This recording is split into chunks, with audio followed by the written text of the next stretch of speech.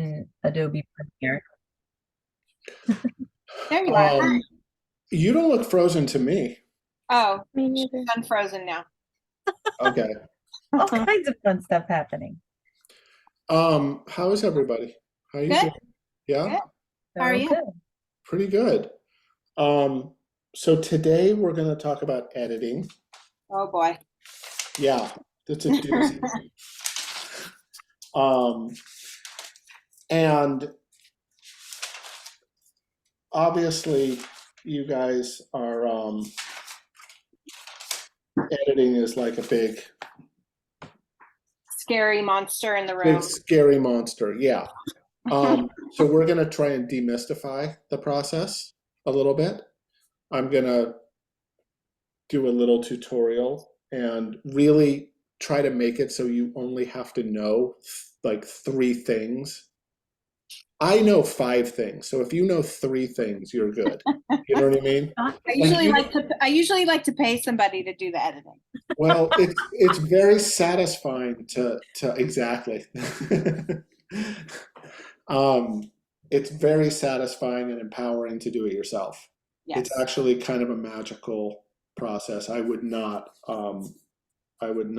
like um, pass up on this because once you get it a little bit, it's kind of an amazing thing to you know to be sculpting with time, as they say, Yeah. because editing is basically you're dealing with time and space. I'm going to be a little bit theoretical right now, and then we're going to get into the practical. Like I'll do a demo.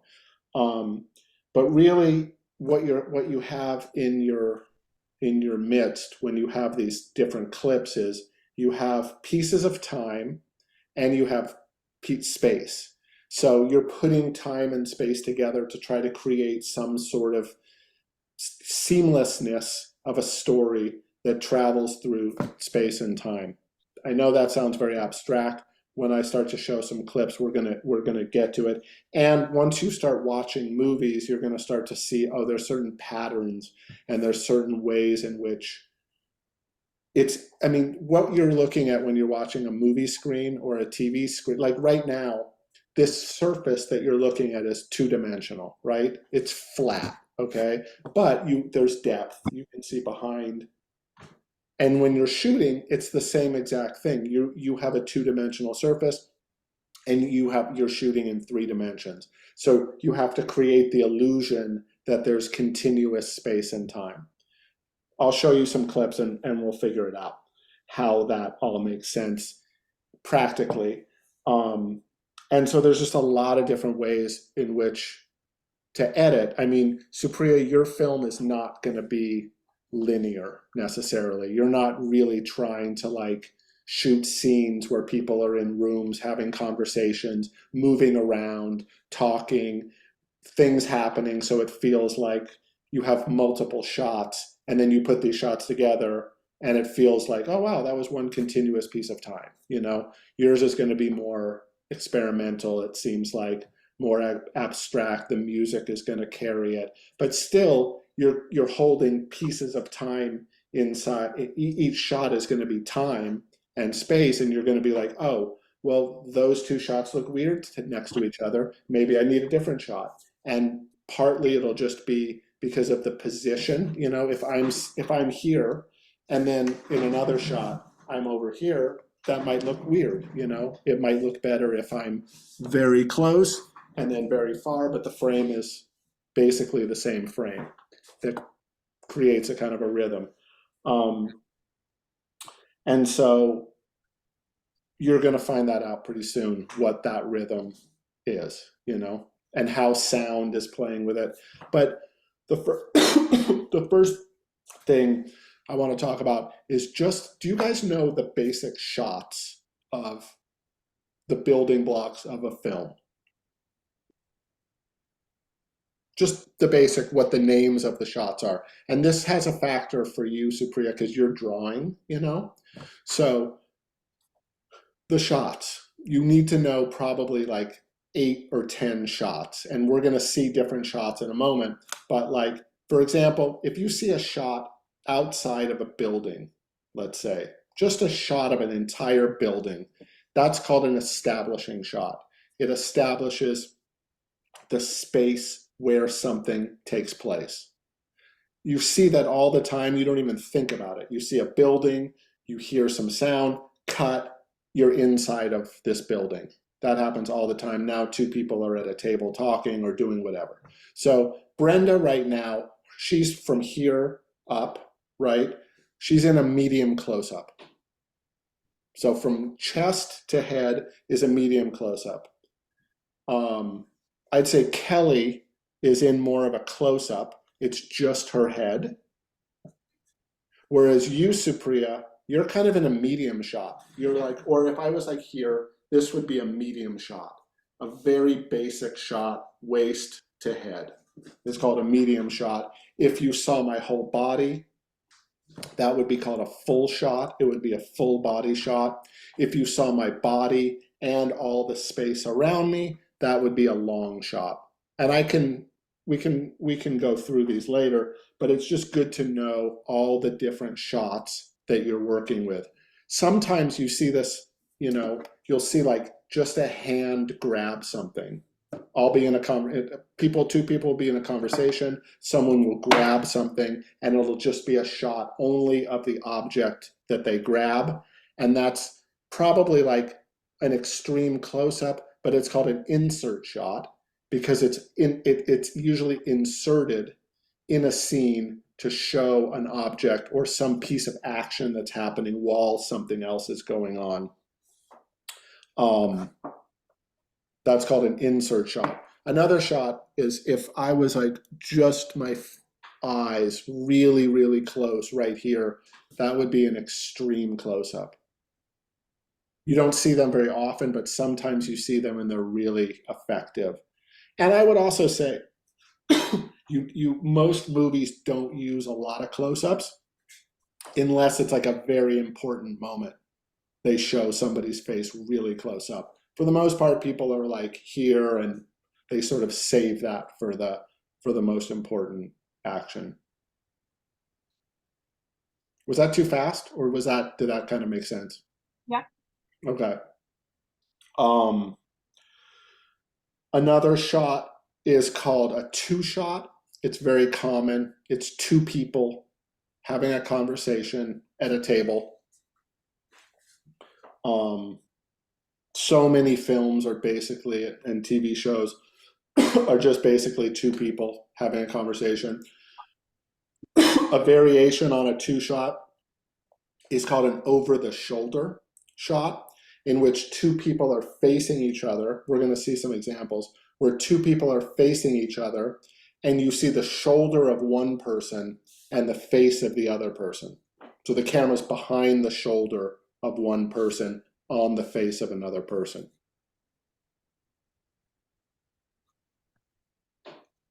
And it's these shots are all used very like strategically because they're easy to cut between, and like Supriya is going to show us later, she's made a storyboard, like drawings of each kind of frame, and that's what they do in every single movie and TV show before they shoot.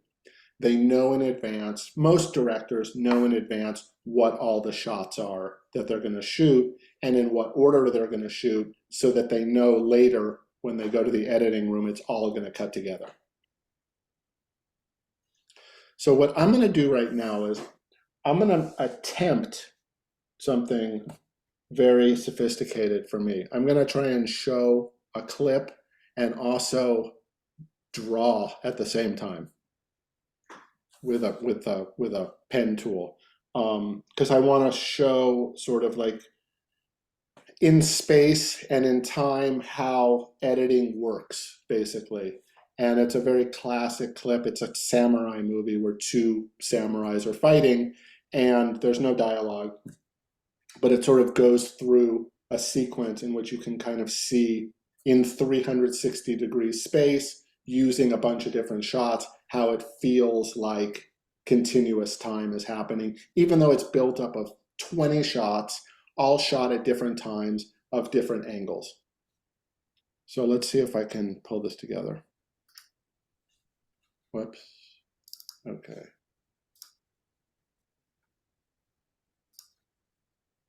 Okay.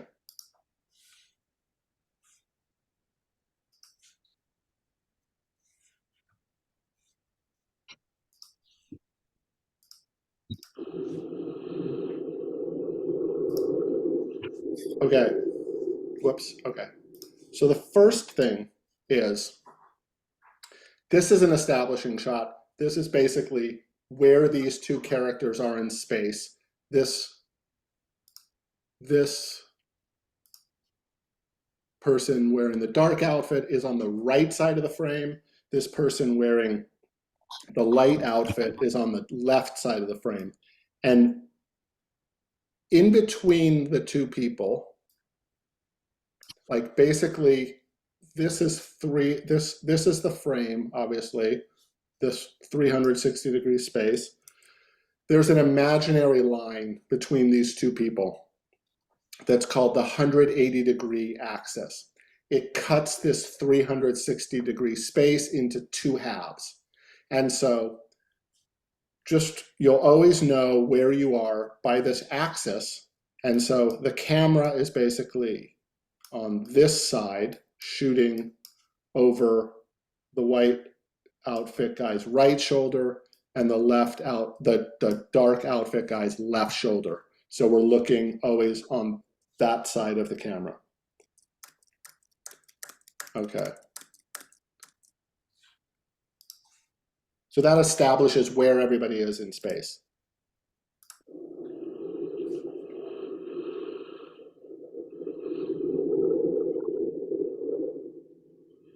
And the other thing is his eye line. He's kind of in the middle of the frame, but he's sort of looking off to the right.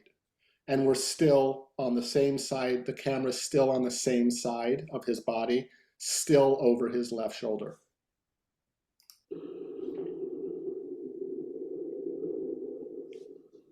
Left shoulder, right shoulder, looking this way. Same, camera's on the same side of the 180-degree axis. And so far there's been 3 shots. Left side, right shoulder, right side, left shoulder.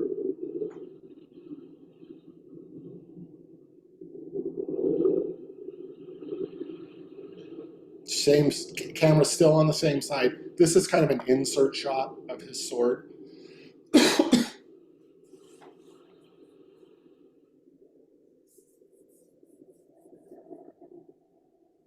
So now it's shifted.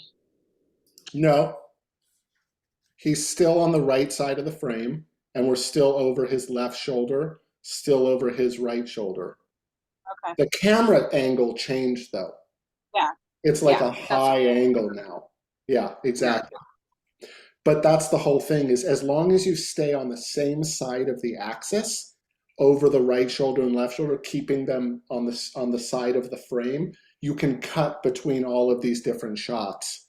And it'll feel like if suddenly this guy was over here without establishing him over there, it would be jarring. You would be like, how did he get over there? That makes no sense.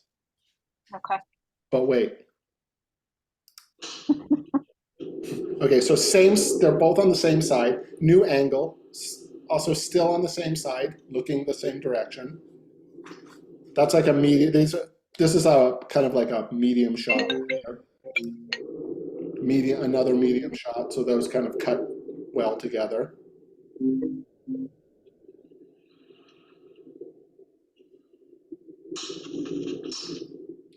Did you notice what happened there, Brenda? No, because my phone took away my screen. Okay. Well, now the guy in the white is on the right and the guy in the dark is on the left, but they were very clever because... So the side that they spun or just the camera spun? Both. They moved. Oh, yeah. You saw them move and he switches sides.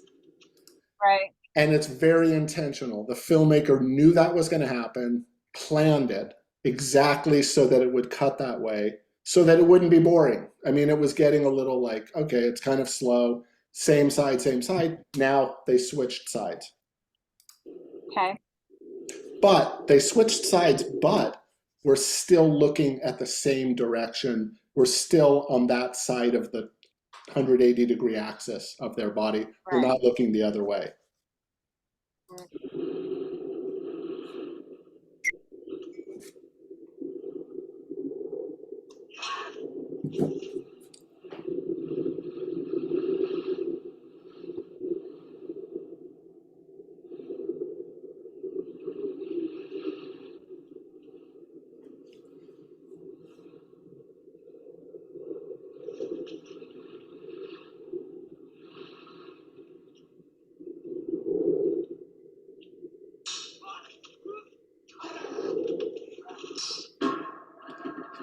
So they switched sides again.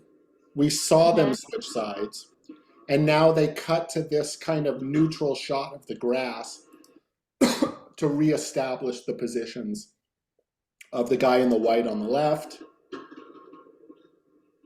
and the guy in the dark on the right. So now they're sort of back in the same positions that they started, and we saw that.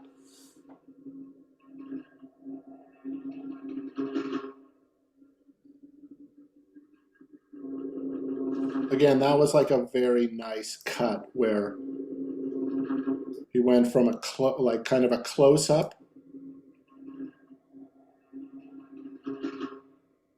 to a two shot, establishing where he was in the camera, kind of on the right side of the frame.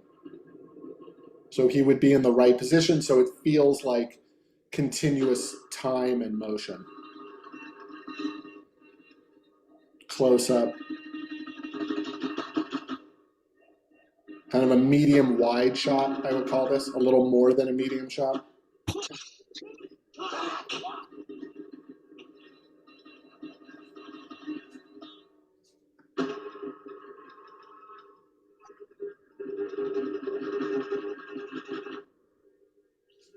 And so these shots, they're still on the same side of the frame, but now this is called a low angle shot. When the camera's below a person, it's called low angle, and it looks much more, a person looks much more imposing when you see them shot from below. If you see someone shot from above, sometimes they kind of look small and not really threatening, but like this is sort of an imposing look when you look from below.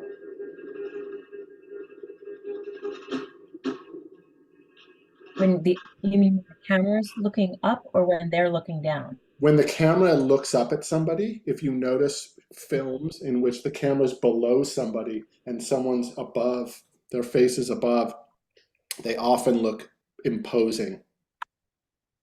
They'll shoot like the villain a lot from below, you know? Or they'll shoot someone who's kind of like a little bit weaker. Sometimes they'll shoot from above looking down at them because they'll seem sort of smaller and less, you know, commanding or empowered in a frame. Okay, so now it just all hell breaks loose basically, and they're just fighting for a while. But I wanted you to get the sense of like the basic setup of the 180-degree axis, maintaining that spatial kind of relationship between two characters, where they're looking, and being aware sort of where people are in the frame. So if you have a close-up, and then you have a medium shot, or you have a close-up and a wide shot, you can cut between the two shots because you've established where they are in the frame. Does that make sense? I know it's a lot, but I mean, if you start watching movies now with this in mind, you're going to go, oh yeah, there's an okay, establishing shot, two shot close up. Okay, you start to see it becomes almost, especially in TV, it's very conventional, and there's sort of a pattern and an order to reading these things. So I'm gonna whoops. Okay. I'm gonna show something else with that kind of in mind, another kind of conventional setup of a movie.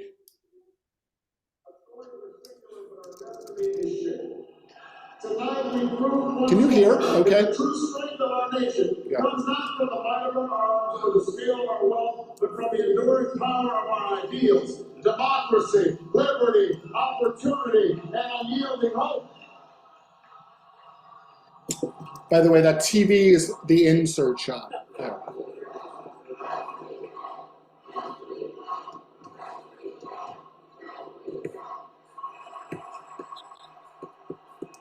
Feel better?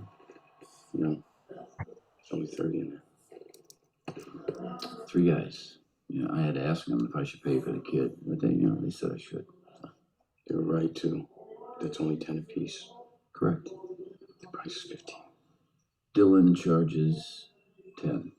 Recession prices, because they told me to tell you that too. I made a deal with Mickey for 15.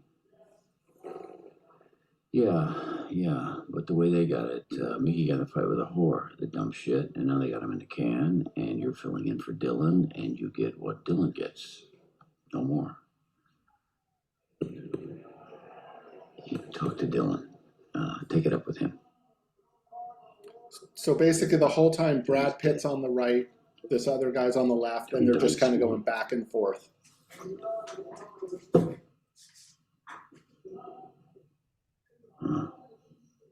You're gonna be very sorry to hear that. Sure they are. It's gonna cost them more. You know, this business is a business of relationships. Yeah, and everyone loved Marky. You are a cynical bastard, you know that? To reclaim the American dream and reaffirm that fundamental truth that out of many we are one. You hear that line? Line's for you. Don't make me laugh. For one people. It's a myth created by Thomas Jefferson. I can never go with Jefferson, huh? My friend, Jefferson's an American saint because he wrote the words, all men are created equal. Words he clearly didn't believe since he allowed his own children to live in slavery. He's a rich wine snob who was sick of paying taxes to the Brits. So yeah, he wrote some lovely words and aroused the rabble, and they went out and died for those words. While he sat back and drank his wine and fucked his slave girl. This guy wants to tell me we're living in a community. Don't make me laugh. I'm living in America. In America, you're on your own. America's not a country. It's just a business. Now fucking pay me. The best things in life are free, but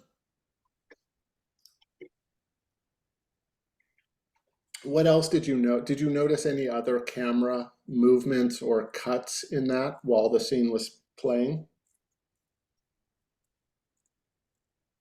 How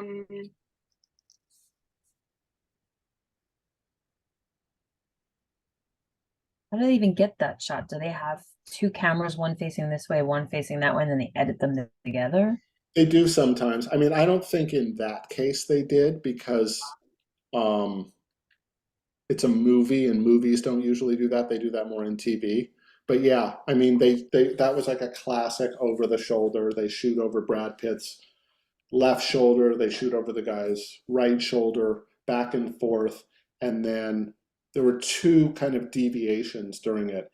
There was like an important moment where the camera kind of cut to like a wide shot where you see them, and then you see the TV and Obama's giving his speech so that the actor can say, "Did you see that?" You know what I mean? It was basically cut that way so that you could hear and see the TV so the actor could do that. And then at the very end, very, very slowly, the camera, it was a two shot the whole time or over the shoulder, and very slowly the camera was moving away from the other guy into Brad Pitt's face. So at the very end, he had that monologue, and the other guy was just gone. It was just Brad Pitt giving the monologue. So it was like very conventional, classic, with a couple small little deviations for story. Like the editing was basically designed in a way that could tell the story in a pretty simple way, you know, 4 or 5 shots, but conventional with a little spice to it. So, and now I'm going to show something completely a different type of editing style altogether.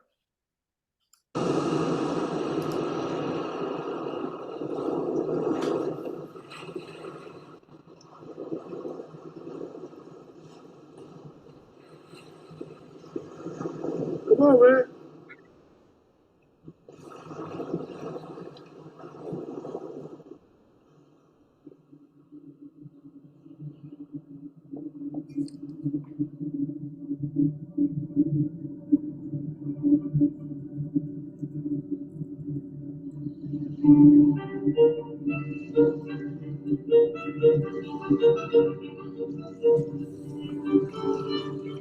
Give me your head. Yeah. Let your head rest in my hand. Relax. I got you, I promise. I'm not gonna let you go. Hey man, I got you. There you go. 10 seconds. And that right there, you're in the middle of the world, man. That's good. You like that? Yeah, should be. More athletic. There you go. Yeah. I think you're ready. I think we got a swimmer. You wanna try? You ready to swim? Go.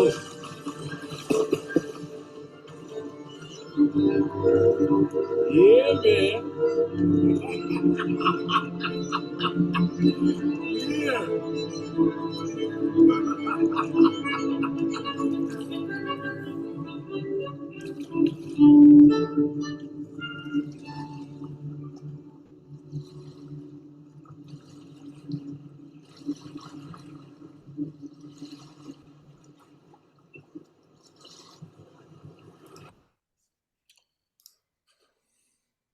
What did you notice about that one?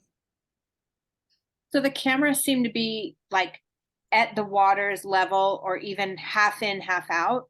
Mm-hmm.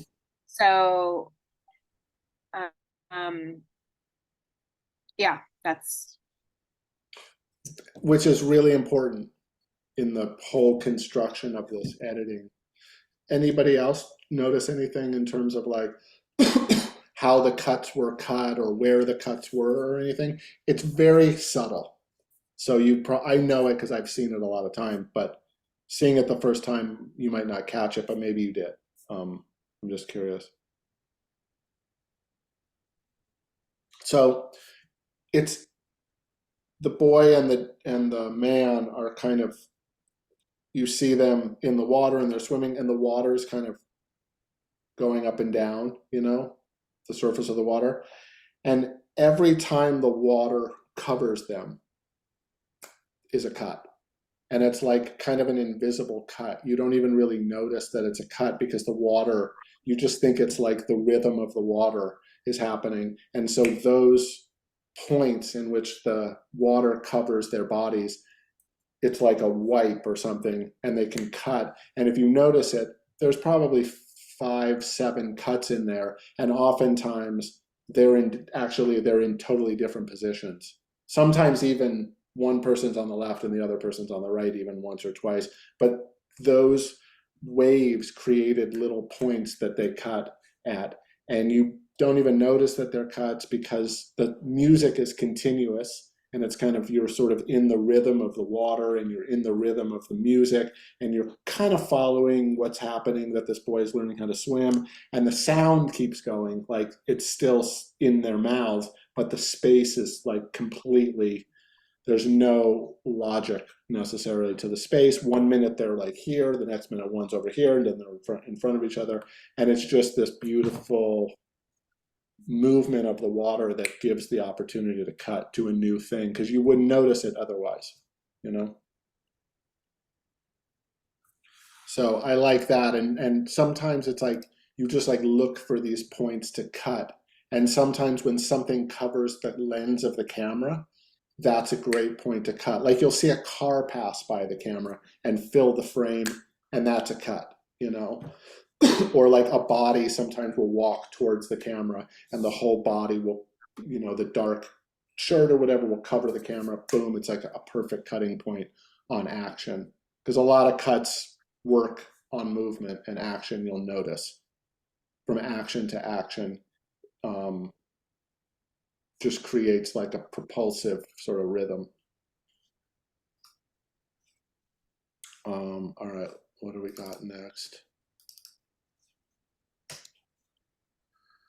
Okay, yeah, here's another just sort of another type of editing.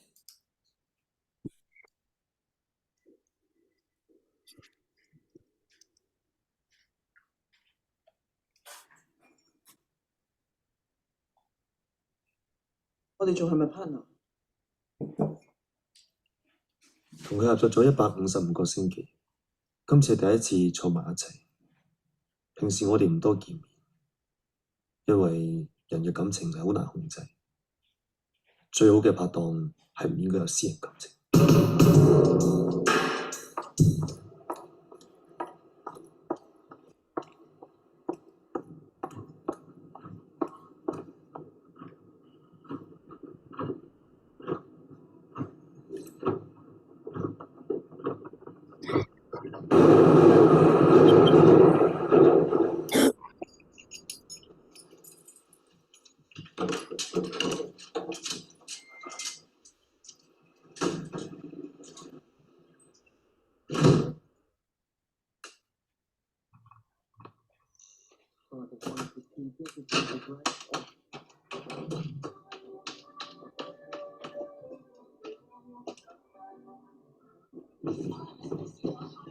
If you notice, every shot starts and ends with action. It's every cut has action.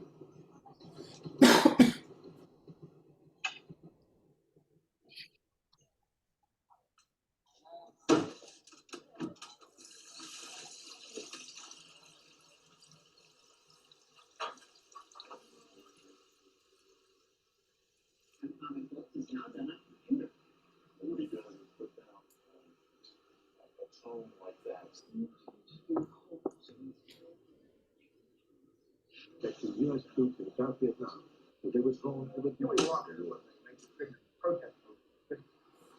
Yes, they've not stirred up a lot of trouble. You know, the moon is moving. So it's through the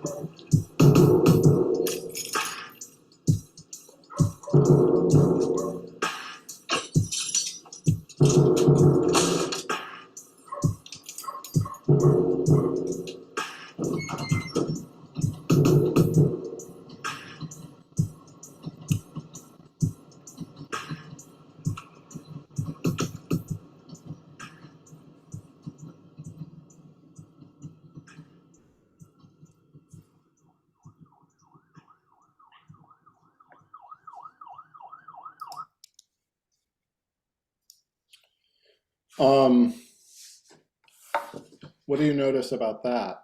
So it was very choppy. I mean, from an editing perspective. And as you said, there was a lot of movement, or action. Yeah. And so as opposed to if they just did continuous, like if they just had the camera continuously following in the action or following up the escalator, like they chopped it. So like when they're going up, the person's going out, you see them walking to the escalator, then you see them on the escalator. So it's not a continuous movement of watching them throughout that whole process, walking to the escalator, getting on the escalator. It's very chopped. Exactly. Intentionally, I'm sure, but yeah. Those are called jump cuts. When like you cut pieces out of the middle of something instead of just follow the smooth, continuous thing. And also, yeah, you're exactly right that it's purposefully choppy, and there's kind of like I think, a kind of a rhythm to that choppiness that you start to kind of get used to it, and you hear like the click, click, click of like the shoes on the floor of the subway station, or the train, or all the sounds of like the keys and just all these different things just make up like a kind of a rhythm that in a weird way it's like it's kind of non-linear and abstract, but it has a rhythm, and it's sort of it's not just the establishment of like this place where the woman was cleaning and the man goes to, but like I feel like the whole city, it was like an establishment of like the rhythm of it. It's Hong Kong, it's exciting, it's busy, it's neon, you know what I mean? There's always action going on there. And I think all that is very intentional, and like you said, it's like it's choppy, but the reason why the choppiness works is because everything is constantly moving, you know, like there's nothing static ever in that. So it's different. So I win. You win, yes. Gold star for you. You always win. I didn't get very many gold stars in school, so I have to get them wherever I can. Well, You win this fuzzy microphone Ah, yay! trophy. That should be the name of a film award, the fuzzy microphone. Fuzzy microphone. that should be for best sound or something. Yeah, exactly. Yes, yes. Fuzzy microphone award goes to. Okay, another completely different style. You know, that last kind of film, the choppiness, the jump cuts kind of like break up the time and the space in a sort of a rhythmical, unique way. This one does something with time and space also. So just kind of look out for that. You almost don't know if it's day or night. I mean, aside from, you know, obviously, like if there's an outside shot and it's dark, but like you almost don't, you almost aren't exposed to that in that little clip, because it's she's indoors, they're both indoors in the subway. Mm-hmm. You know, there's a little bit of outside light coming in through the window, but that could be from a neon sign, it could be from sunshine. Like you don't know, like is it day, is it night? And maybe it's like Las Vegas where it doesn't even really matter, you know? Because it's like it's got this other kind of a rhythm. Like Hong Kong is like one of those Las Vegas type cities where it just never sleeps. It's just teeming with action and people and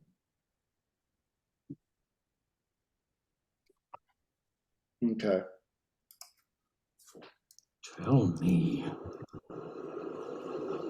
Tell me about Jenny.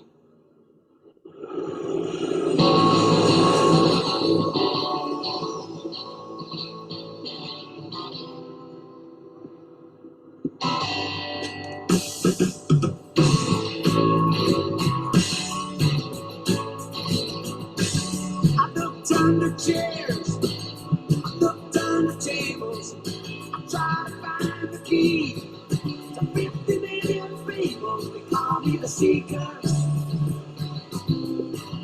I've been searching low.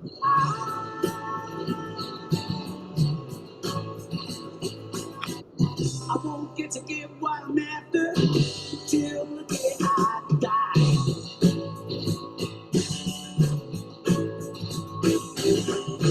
I asked Bobby Dylan, I asked the Beatles, I asked Timothy Leary, great time. They call me the seeker. I've been searching low and high.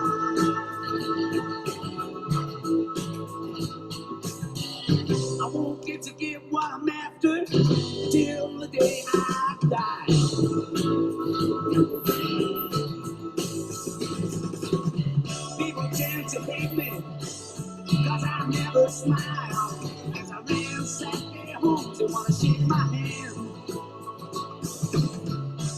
Till I'm nowhere, investigating miles. I'm a seeker, I'm a really desperate man.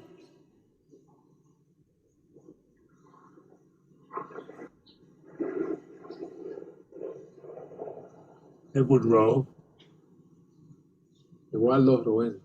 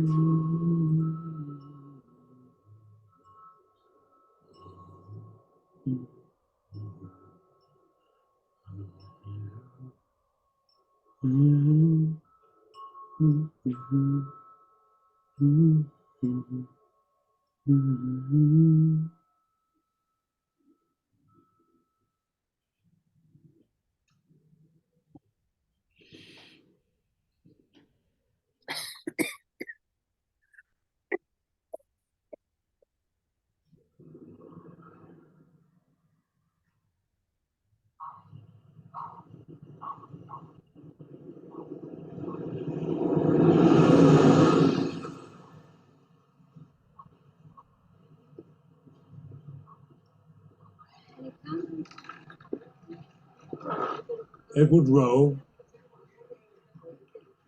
Igual los Roel. You're home then.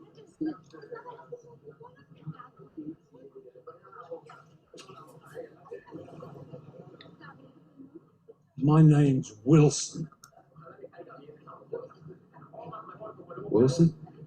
You wrote me about my daughter. Oh, yeah. Come in. Who done it then? Huh?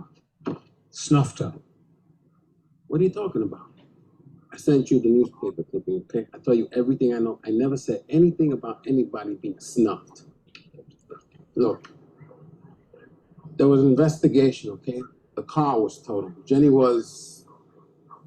Her neck was broken, they said. An impact. So she wouldn't have felt the effects of the fire. Those streets up them hills, man, you gotta be careful. You know, you gotta keep your eyes on the ball. 2 o'clock in the morning, it's dark, your mind's a little agitated, you're driving a little too fast. Those curves don't kid around. Could have happened to anybody. I mean, I didn't know Jenny to be reckless, but you know, she'd have a drink here and smoke a little pot, and that was it. Nothing more than that. No, not my girl. Self-control she had. It was a point of pride. Where'd she get it? This grass or whatever. Oh, no. Look, I am no drug dealer, man. What do you think? I think you didn't get that ink in the Navy doing your national service. Hey, man, I already told you, man. Conquering, you know? You know what that is? State prison. I did my time, okay? My sister, home man, he's in Chino right now doing 8 years. I go to work, I put my life together, put all that shit behind me. 5 years in the joint. That's it. I just got out myself, didn't I?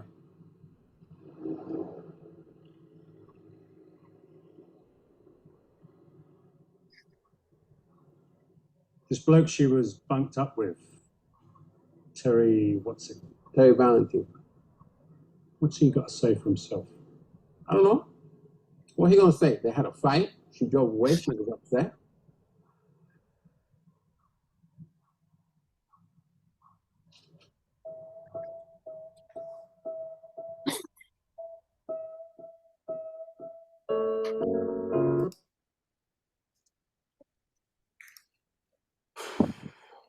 What do you think of that one? Also very choppy on the editing. Mm-hmm. Bouncing around a lot from shot to shot, scene to scene, back and forth from one scene, you're in the hotel room, then you're on an airplane, then you're in a taxi, then you're, so it's like you know, and then he's having a dream, and then he's having it's so all over the place. I think it was all just a flashback. But he's on the plane contemplating everything that happened in a crazy order, like how his brain is thinking about it, like, oh, this happened, that happened, reflecting on this, reflecting on that, reflecting on his daughter as a child, like all the things. Mm-hmm. Yeah. Did it, yeah, it was like there's this phrase, it has a beginning and middle and end, but not in that order. Right. Very much so. All right. Was it irritating? Did it frustrate you, or did it not matter, or did it keep you guessing or wondering what was happening? Because in a way, it can be frustrating, but also it's pretty clear what's going on. A guy comes to town, he's looking for his daughter, she died, there might be some bad people involved. So you get all that, you just don't get it in the usual way, you know, In a linear way. in a linear way. Yeah. I think that the last clip was more, to me personally, more frustrating to watch. This one I could kind of follow along a little bit, but the other one I was like, no, this I can't. It was like a seizure for me. Like the one, the Hong Kong one was a seizure for you? did not enjoy that. Interesting. Why do you think that is? I'm curious. I felt like it was just like everything was too fast, like chop, chop, chop, too fast and Yeah. quick moving, and I just kind of felt a little overwhelmed by it all. Yeah. Fair enough. I thought it was kind of funny. Yeah, it was funny too. Like I get that. Like I could see a humorous part to me feeling that way too. You know, like was this intentional? I thought it was just like very human, like very like all over the place and kind of I don't know. It looked like like a crazy music video, like the intro to like a crazy like old music video. A 90s music video? Yeah. Yeah. Take on me. I mean, I like a 90s music video personally.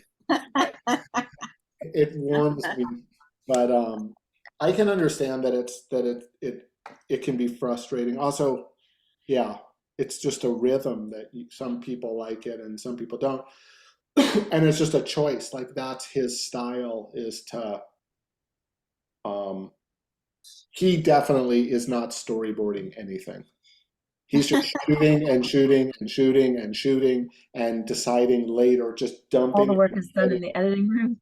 Yeah, let the editor figure it out, you know. And a lot of it comes from like the camera, you know, the camera's often handheld and moving. So if you have like moving, moving, moving, moving, it's easier to cut those kind of staccato jump cuts. But this is all just to show you like all the different ways, like everybody has, you know, a different way of telling the story, and from kind of like a conventional way of dealing with space and time to like chopping it up, and it's a more psychological kind of time. Like sometimes time feels like it's going really fast, sometimes time feels like it's going really slow, you know. And you can control that, you know, if you want to. I'm going to show one last very probably frustrating clip. Very experimental, but kind of weird, and from like the 1940s, silent. It's a silent movie from the 1940s. Very famous female like avant-garde director. I'm going to just show a couple minutes. It has no sound.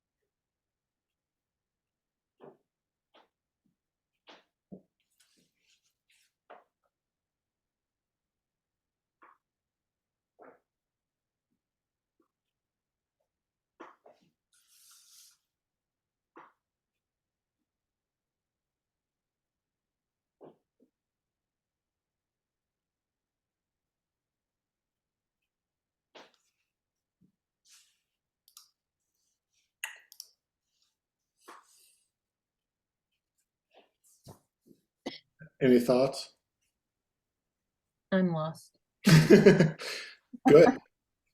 Uh, Maybe that's where you need to be, Kelly. No, I'm kidding. The beginning was really interesting, just because like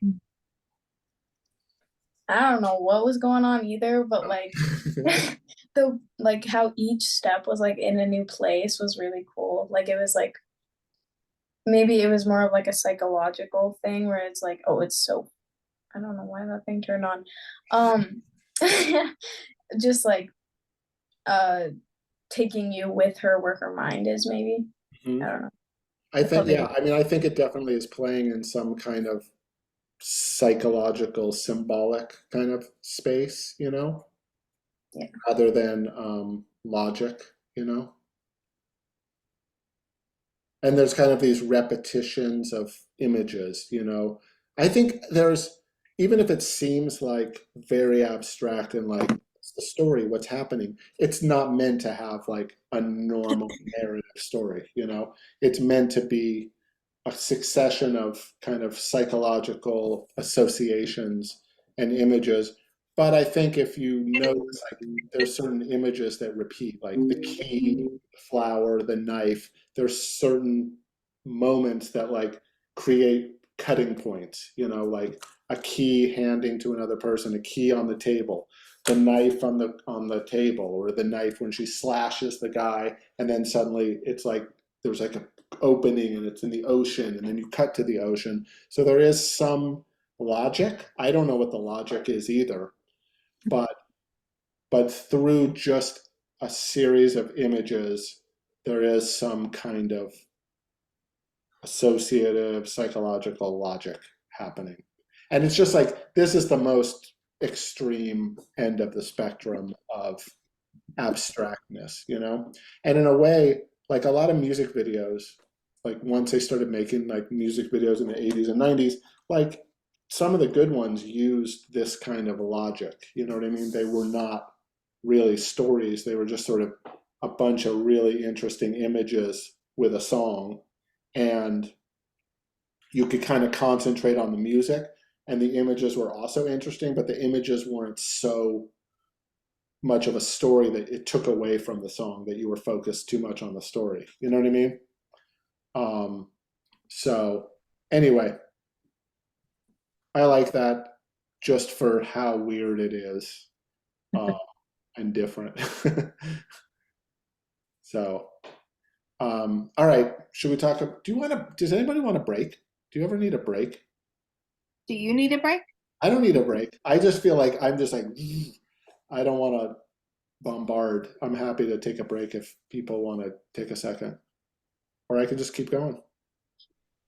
Go on. Keep going. Okay. Um, Supriya, have you been working with Premiere yet at all? No, I didn't get a chance to. The Adobe one, because I had like left my iPad at my mom's house and I was with my dad. But I was playing around with like the editing so I could like try, because when I sent you like that video of like the diegetic versus like Oh yeah. undiegetic, I wanted to like add filters onto that or like try messing with it with the editing thing I had, but it cost money. So What costs money? The program the costs money, or adding any filters costs money? adding filters with the program costs money on videos. Really? Was this Yeah. on the Not Adobe? not the Premiere? Premiere one that I've used yet, but it's still through Adobe, so I'm like, it's probably gonna ask me to pay for it. It's the Adobe Rush, the Premiere Rush. Yeah. So I'll figure that out. Worst comes to worst, I can use iMovie because like I'm familiar with that, but like I'll see if I can use Premiere and like get that figured I out. mean, because it's only maybe $30 if you bought 1 month worth and then gave it up, you know? Yeah, that's true. I would say, well, okay, well, let's talk about it after. By the way, that reminds me, I want to show can I show your exercise to them? Okay, so this was cool. I'm going to show. Also, only the undiegetic sound, or the whichever one had like the normal music, that one for some reason was edited, but the other one wasn't, like video wise. I don't know why that happened.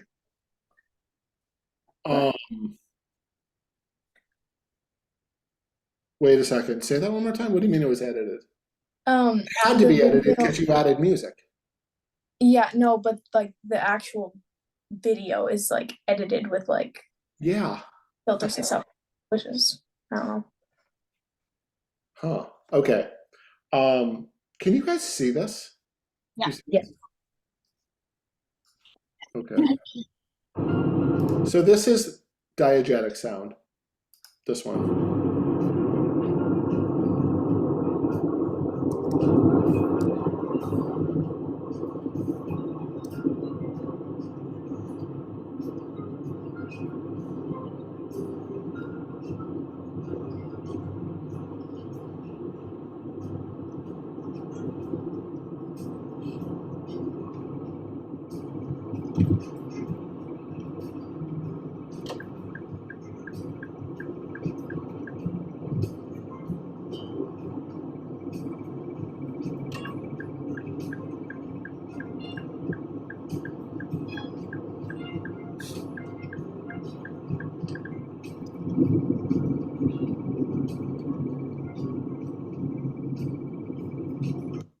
Okay.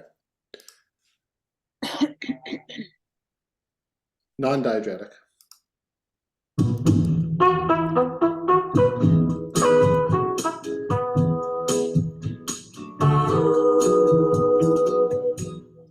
Écoute mon cœur parler d'amour à ton cœur.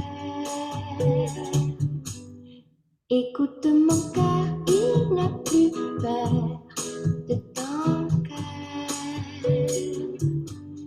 Il te dit qu'aujourd'hui on s'aime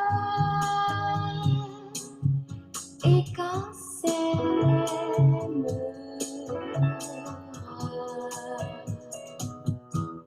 Mais quand tu t'en vas, mon cœur s'en va avec toi. Even a little fade at the end with the music. I like that example because like you're really with the non-diegetic, you're just like totally in the head of this person. You're like in the private headphones in their head, really. Whereas the other shot is really, objective.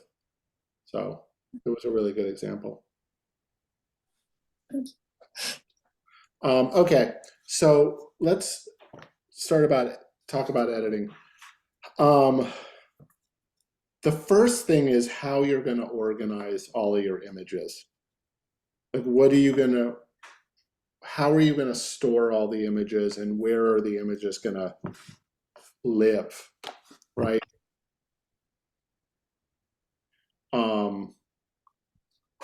So I use a hard drive, obviously. You don't need to use a hard drive, but you got a hard drive. Nice. Brenda? She has one too. You have one too. Okay. I got several. Okay. Yeah, right. And then Supriya, how are you going to organize you don't know yet because it depends a little bit on the program and the computer you're using, right? Yeah, but I think because I'm just using my phone, like I'm gonna keep it all like on a file in my files app, or it's all just gonna be like in my photos or like Okay. videos. I don't know. Because you definitely don't think you're going to edit on the iPad. No, I'll just transfer because they have like the same Apple ID, so all my like data is saved on the iPad. Okay. So, In the cloud. yeah. But so you think you're going to edit on your phone though? No, I'm probably gonna edit on the iPad. Oh, okay. Oh, so Yeah. you're just saying it'll live in the same folder or program. Okay. Yeah. Okay. So let me share my screen.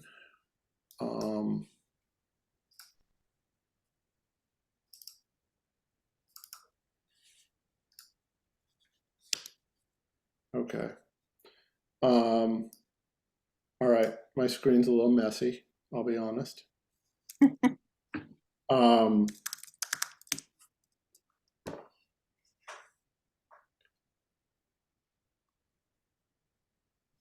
Okay, so you open Premiere. We're just at the very beginning. You open the program, and this is what you got, is this home page. Start a new project. Name it, let's call it test. And this is important. Can you see where it says location right here? This is where your files live. So whatever you put when you first start the program, you want it to stay that way the whole time. Because if you don't have the files there, they're not going to be able to be read by the program. So for me, I've been using this hard drive. So it always says master backup right here. I'm just going to put it on my desktop because we're just doing a test here. So I'm keeping it on the desktop, but just remember, always keep it there. Always remember where the location of the images are and sound, everything, and keep that consistent. Okay, so now we have, this is like the empty, there's nothing here. It's a pristine timeline and everything. So editing, you want to be in editing. Don't worry about any of these other things up here. Do you see all these? Here? I don't have those. Do you see this? Learning, Yeah, but why don't I? editing, I'm color looking. effects. I'm looking in. Do you not have I'm that? looking. I have Premiere open, and the only options I have at the top are import, edit, and export. Then you're on the wrong. Can you go to I see, never mind. I do have the same things, but they're at the top. They're just in it must be a newer version or whatever. They're at the top left of the screen, not centered. That's why. And they're in a different color border. Graphics. Okay. Is it movable? Because every panel is movable. Yeah, my panels all move, yes. Okay, so it might be a moving panel thing. Do you have footage in Premiere right now? I was able to import the file I took of just the quick 55-second clip of the storm that was coming in. I was able to get it. Okay. In Premiere. And can you get to this where you have the 4 panels and the headings up here? Oh, you do? Okay, great. Okay, I made a little folder here called test that has some images and sounds in here. So wherever your footage lives, all you have to do, grab a file, drop it in here on the far left, right here. It's called your project window right here. So all of the media is always going to live in this box on the left. Now you take this, you can just fill it. You can make subcategory, you can make sub folders, etc. Just grab from here, drop it in the timeline, and now you're basically ready to go. You can cut right now. When you see it as yellow, that means it's not rendered. So sometimes if your computer's a little slow, it'll play kind of staccato. But okay. So basically this is your time. Sorry? You said if it's yellow, what? It's not rendered. And rendering just means that it's kind of a process in which the whole file has been imported into the program. So what you're looking at right now, when it's unrendered, is I don't want to get too technical, but it's called a proxy. It's sort of like a representation of it, but not the full thing. So sometimes it won't play. So is that correctable? I mean, Yeah. is that? Yeah, it is. So let's say the clip, let me just make the clip smaller because this clip is huge. So you would just So you go, know where the yellow line is? see this yellow right here? Yeah. What you want to do is you basically want to mark in, mark out the clip, go to sequence, render into out, and it'll turn green. And now you can play the clip. You can play the clip anyway, but you can't export the clip unless it's rendered. Wait, so I marked in, marked out, and then what? And then go to sequence and render into out.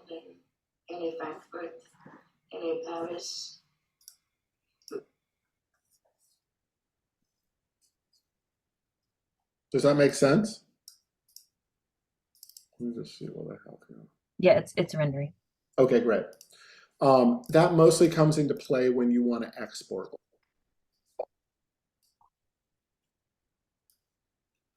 So now I just put another clip in. So, and also one thing to note is that you asked about this last time, Brenda, when you put in the file, you see you have one video and one audio right here. Mhm. It basically separated the clip into its parts. Now I'm taking, whoops, another clip. Why is it not doing that? Okay, so now I just put another clip in here. Here's another clip. And to shorten the clip, let's just say you wanted to cut 5 seconds of this. All you got to do is you have your, if you have your selection tool, this right here, this is basically,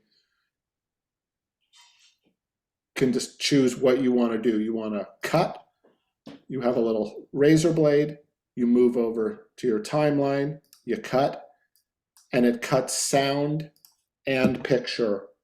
Do you see that? How it is cutting both at the same time? Yes. Is there a way to do it that it's not cutting both? Yes, I'll show you in a minute. But so now you have this piece of time right here, right there. So now let's say what you want to do is, let's say you want to just cut the picture. This woman is, so this woman's talking. International, but we could continue on because it was just, we're just getting passengers from Washington. Okay, so she's talking, blah, blah, blah, blah, blah. Let's say we want to cut away from this talking head and we want to cut to an image. So we'll cut to this little boy.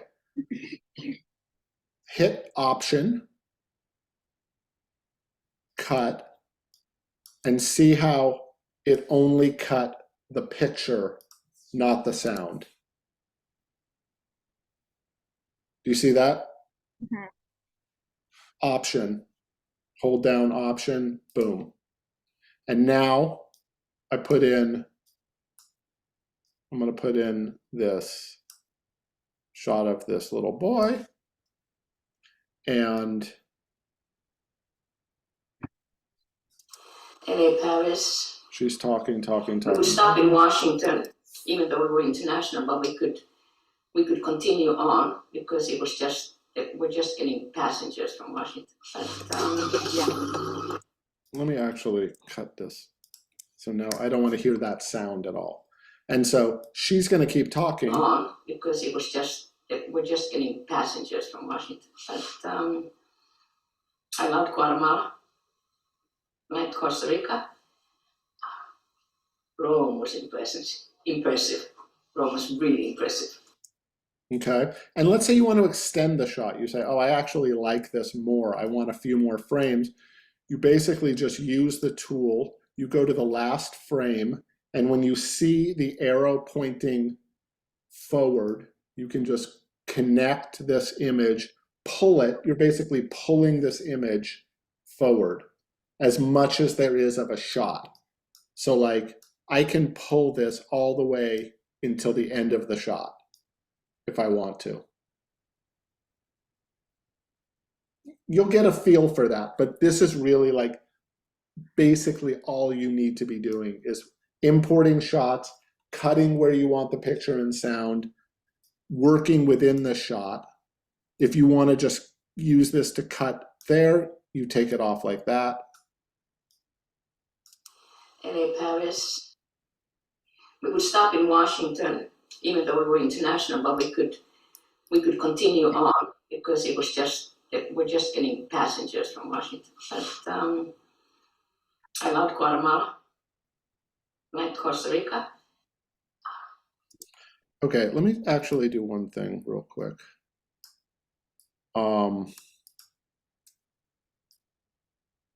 Because in your film, especially in a documentary, you're going to be cutting between a person talking and continuing the sound of their voice and cutting away to other images, right? So what I'm going to do here is actually, instead of taking this shot and putting it next to it, I'm going to put it on top of it. Stop in Washington, even though we were international, but we could continue on because it was just we're just getting passengers from Washington. But, and so the top image is going to be the one that's going to be shown. If you look here, there's.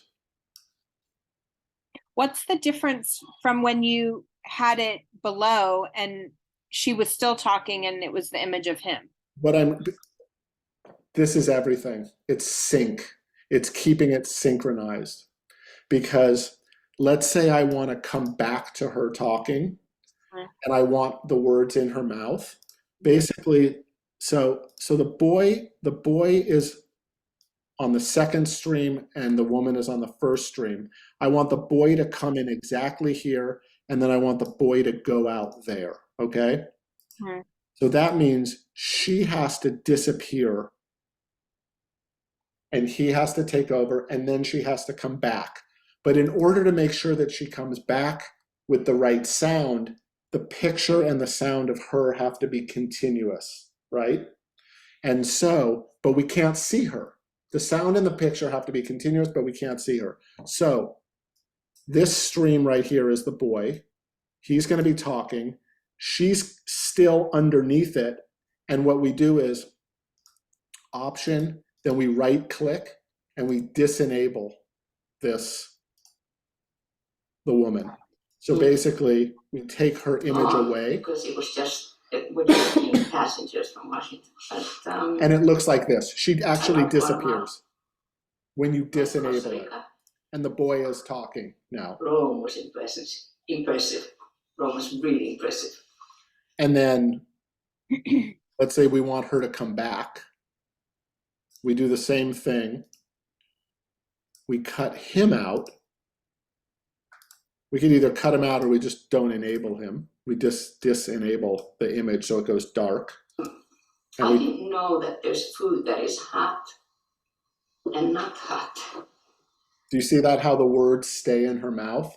Because you have video one and audio one are continuous the whole time. It's just that the image is not being expressed. It's being disenabled so that another image can go on top of it.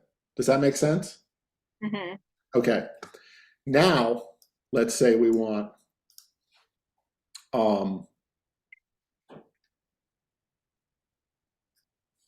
something else. We want some sounds to come in here. Whoops.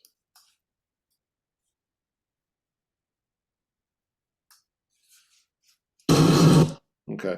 This is thunder. This is a thunderstorm. It's a little dramatic, but we want to have a, like, let's say it's thundering or for whatever reason. And we're just like, we have on the second stream of audio, we have an effect, okay? Now, this is obviously way too loud, but we want it to be subtle. Double click on the sound. So, by the way, everything, this upper left is called the source window. And so the actual clips are inside there. So you see, we have just a piece of the clip here, but the whole clip is in there. So we can watch the whole thing if we want to.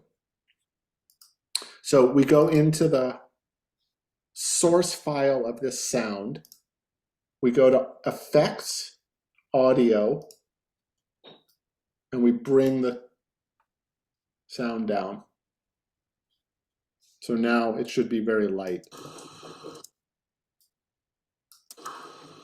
Rome was impressive. You hear it, but not really, Rome was right? really impressive. And then, let's say we want some music. Bring in some music here. And let's say we only want music to come in at the end.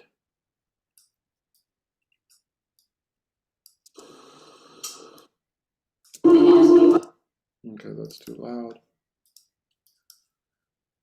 Level.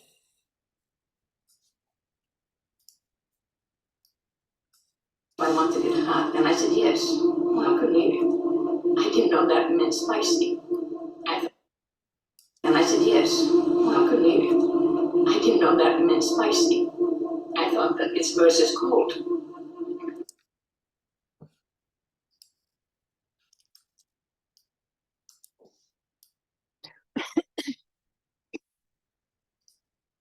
So then let's say you want to bring back the boy, enable this part of the clip so he comes back. Oh, I want to drop him right away.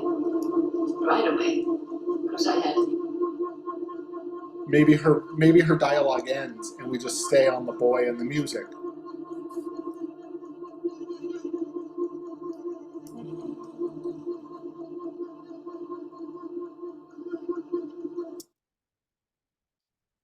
Does that make sense? I know it's a lot all at once, but those are basically the main tools of like bringing something in to the program, bringing it into the timeline, cutting multiple video streams and multiple sound streams at the same time. So I have my video imported and it's green, not yellow. Okay, good. But when there's nothing in the source thing. It says no clips. It's just on your timeline? I don't know what that means, but yes. Is it on the right-hand side or the left-hand side? It's in the program sequence one, it says, and it's in the sequence one at the bottom in the timeline, I guess that is. Do you want to show me? Do you want to share with me? Sure. Let me see if I can make sure. Can you share? Okay, you should be able to share now.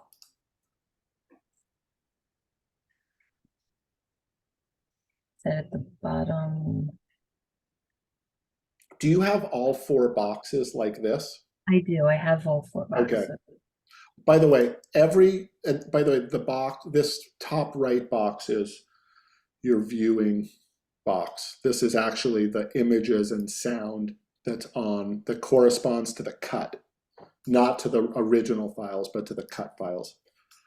And if you want to maximize the frame and make it bigger so you can see it, you just maximize your frame like that. Usually, like if you want to sit back and watch something, you get to watch it bigger. Wait, how did you do that? Window. So highlight whatever box you're in that you want to be working on. A blue line. Yes, yeah. So put the cursor in the viewing box, window, and maximize frame, and then you see. And what I do all the time is I am like not paying attention, and I'm in here, and then I maximize the frame, and then I just see the timeline bigger. Oh, that's helpful for us people. say. well, no, it's not what I meant to do. It's like a mistake. And then I'm like, what happened? And I realized that I made a mistake. So I don't know how to share my screen in Zoom. Do I request remote control or? All you have to do, you should, at the bottom of your screen, it should say share. Oh, share screen, I see. Yeah, and it should work. Do I have to stop my share? I don't know. Can you see my screen? Yeah, now I do. Perfect. Great. So see, I have the clip here, but there's nothing here and it says no clips. Oh, that's your viewing thing. Double click on this. Double click on image 9719. You're not supposed to see anything in there. In here? Yeah, click on the bottom left, right there, where it says image 9719. Double click on that. Oh, yeah, here? double click. Double click. Yeah, there it is. So this has your whole clip in here. And this is the original clip. So this is the original clip. This is the shot clip. Gotcha. The clip on the right in your sequence file is your cut clip. But if you cut it and you double click on it here, it'll go into the source file and then you can see the whole thing, because sometimes you're in the middle of something and you're like, well, what was 10 seconds before? What was 10 seconds after? You know? And you can't do what I did, which was like pull it because there's other images there, but you need to know right away what's 10 seconds ahead and what's 10 seconds behind. Right. And so how did you insert a music clip? Okay. Do you have any music right now that you can put in? No. Do you have iTunes? Probably. look for anything from iTunes. Take something out of iTunes, any song, doesn't matter. As long as you have the file on you. If you don't have it, I'll just send you something right now. Take a Jonathan song. Yeah. iTunes cannot run because the Apple TV preview app is installed. What? I don't even know what that is. Okay, we'll figure that out later. Want me to return your screen? No. Let's try to find some piece of sound. Do you have another image that you can put in there? A second image to put in there? An image or like a clip? Anything. A clip with sound on it.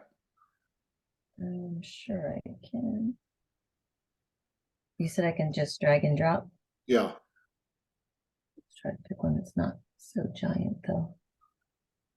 I don't know what it is, so it's gonna be a surprise. Take something short. Take something short like this number 002 that's only 3 minutes, or this one's only 10 seconds. Yeah, just take that. And do I just drag this and drop it here or drop it over here? I think you have to, no, to the left. But you might have to put it on your, no, you didn't. Okay, now take this and put it next to the first clip on your timeline. Next to meaning here? To the right after on your timeline. Over here. Yeah. Stay on this same line, right? Or do I go up or down, or does Perfect. Go up like that. Do that. Now put it over the end of that clip. So that they overlap for the end. Yeah, keep going. Keep going. Keep going. Keep going. Okay, great. Now cut out just the picture. Hit Option and isolate your cursor on just the picture. I don't know what you mean by option. Option on your keyboard. Or Command. He has a PC, not a Mac. Oh, you have a PC, not a Mac? Yeah, sorry. I can't help you. I don't know how to use it. How do you? It's alt. I think alt, alt, maybe the alt button. Or I don't- control or something? what am I looking for? What's the end game here? What you want to do is you want to isolate just the image, the top part of that clip, and keep the bottom part of the clip. You want to separate the two of them. Okay, go to enable. Oh no, you can't do that. That's not going to work. That's not going I'm to work. on this one. There should I don't know how to isolate just one on a.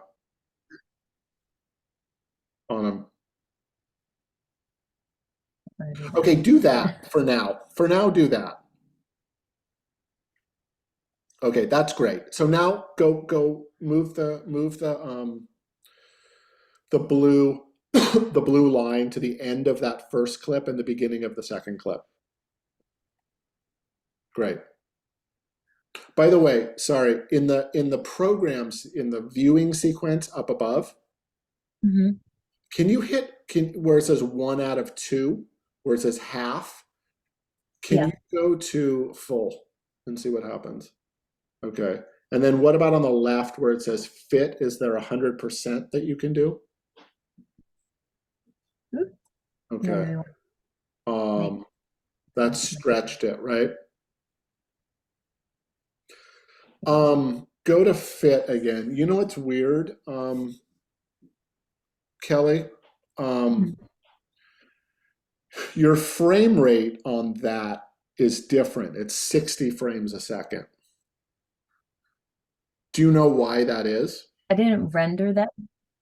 No, it has nothing to do with the rendering. You see in your project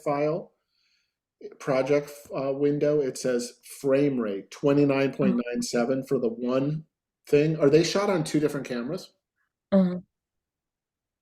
Yeah, one was the originals on my iPhone, and this one was on a camera, like a video camera. Okay. A camcorder. Okay.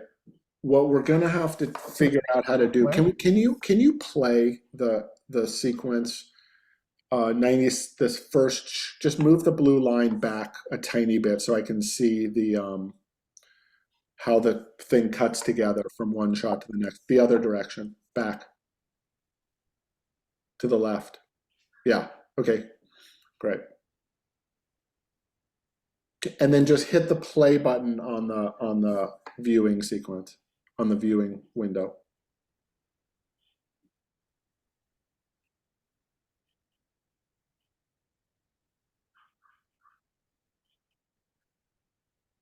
Okay, so hold on, I got it. Okay. Okay, so 1 to 1:30, everybody's visiting, and then at 1:30.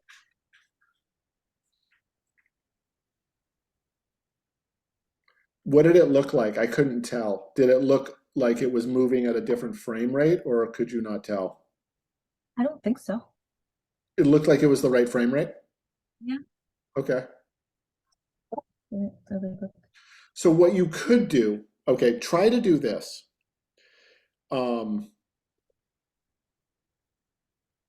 Okay, you maximize the frame. Okay, so 1 to 1:30, and then at 1:30. Okay, so if you wanted to try something, we need to figure out how you can isolate what command on your keyboard is the equivalent of option on a Mac, so that you can just erase the image or isolate the sound and the picture from each other. Cal, don't you have a control key? Yeah, I do. Yeah. But when you hit it, it doesn't. Oh, control alt is option. But do I have to click on something to make that happen? Like nothing happens. I mean, I think you should click on your keyboard and then put the cursor right on the image. Oh, does it make it that? No. It should still be the cursor, but it should just, You should be able to. It's making it yellower. See how that, yeah, see how they're still linked? We want to unlink them. And the only way I know how to do it is on option on a, Is it this button? no. Blue?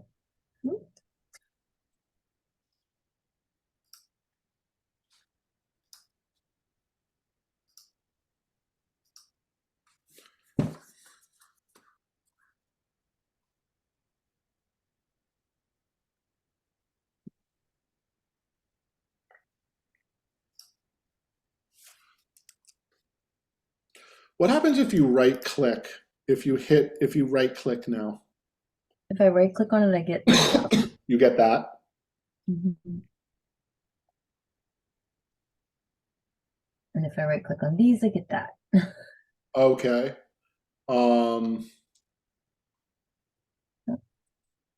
Yeah, I get that. I mean, that's the same. I just don't know how to isolate that on it. I don't know how to use a PC in that way. I mean, it's hold on. It says Control Alt, but nothing happens when I hit Control Alt. Maybe it's just Alt. Wait a minute. Maybe it's just Alt. Yeah, that's what I was thinking. Oh, it just happened. When I click.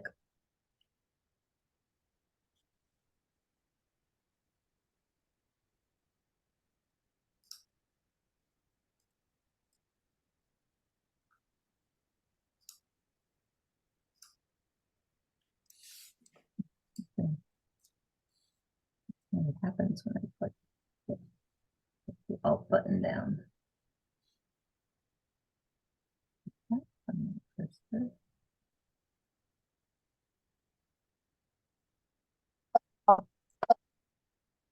Alt key.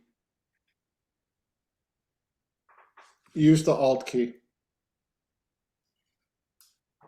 And then that, oh, you're doing it. Okay, what am I doing? Let go. Take your hand away. Just hit the top one. Just use the cursor. Okay, press down. Press. Now hit delete. Boom. Oh. Ooh, wait, undo that. Wait, where's undo? Edit. Oh don't you have a, oh my God, what's it called? Command Z. Supriya, help me. She has an iPad. She's not helping you. Sorry, what? I don't know how to use a PC. Oh, I use mobile stuff. I'm sorry. Do you know how to use a PC at all? Well, what are you having trouble with? Like, you know how on a Mac you hit like Command Z and it undoes the last thing that you did? Yeah. Do you know what that is on a PC? You can probably look it up and like it's gonna be like a anything now because I'm buffering. No. I have a friend who has like a gaming PC though. I could like ask her about it. No, that's okay. We'll figure it out. Okay. Control Z. Just Control Z. I tried that. It did nothing. I'm stuck and I can't escape. I'm stuck in a perpetual whatever. Oh, you are? Okay. We'll stop sharing so you can get Okay. back.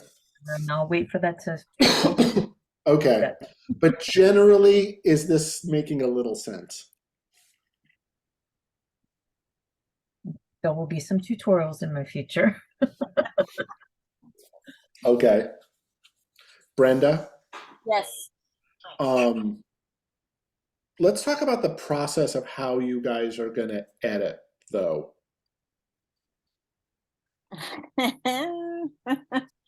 Okay. In terms of building different coasts, it's going to be fun. Different what? On different coasts, it's going to be fun. Well, I think what our first game plan is, because I think we've got to have a game plan. We have a ton of footage to go through. Of course, yeah. So, and I also have a ton of images that I need to sync with Kelly that are from trips that I took, you know, years ago. That have both video and stills, which will be great to use as, you know, just sort of fill in footage if we need to. I mean, I know that this is just going to be kind of like sort of a short, mini short, mid short kind of a deal. So we've got a ton of footage just to go through just from last week. So I think Kelly said she's going to either do a Dropbox or, oh, don't do a Dropbox because I have no space left and I don't even understand. I hate Dropbox. But anyway, a Google file or something like that.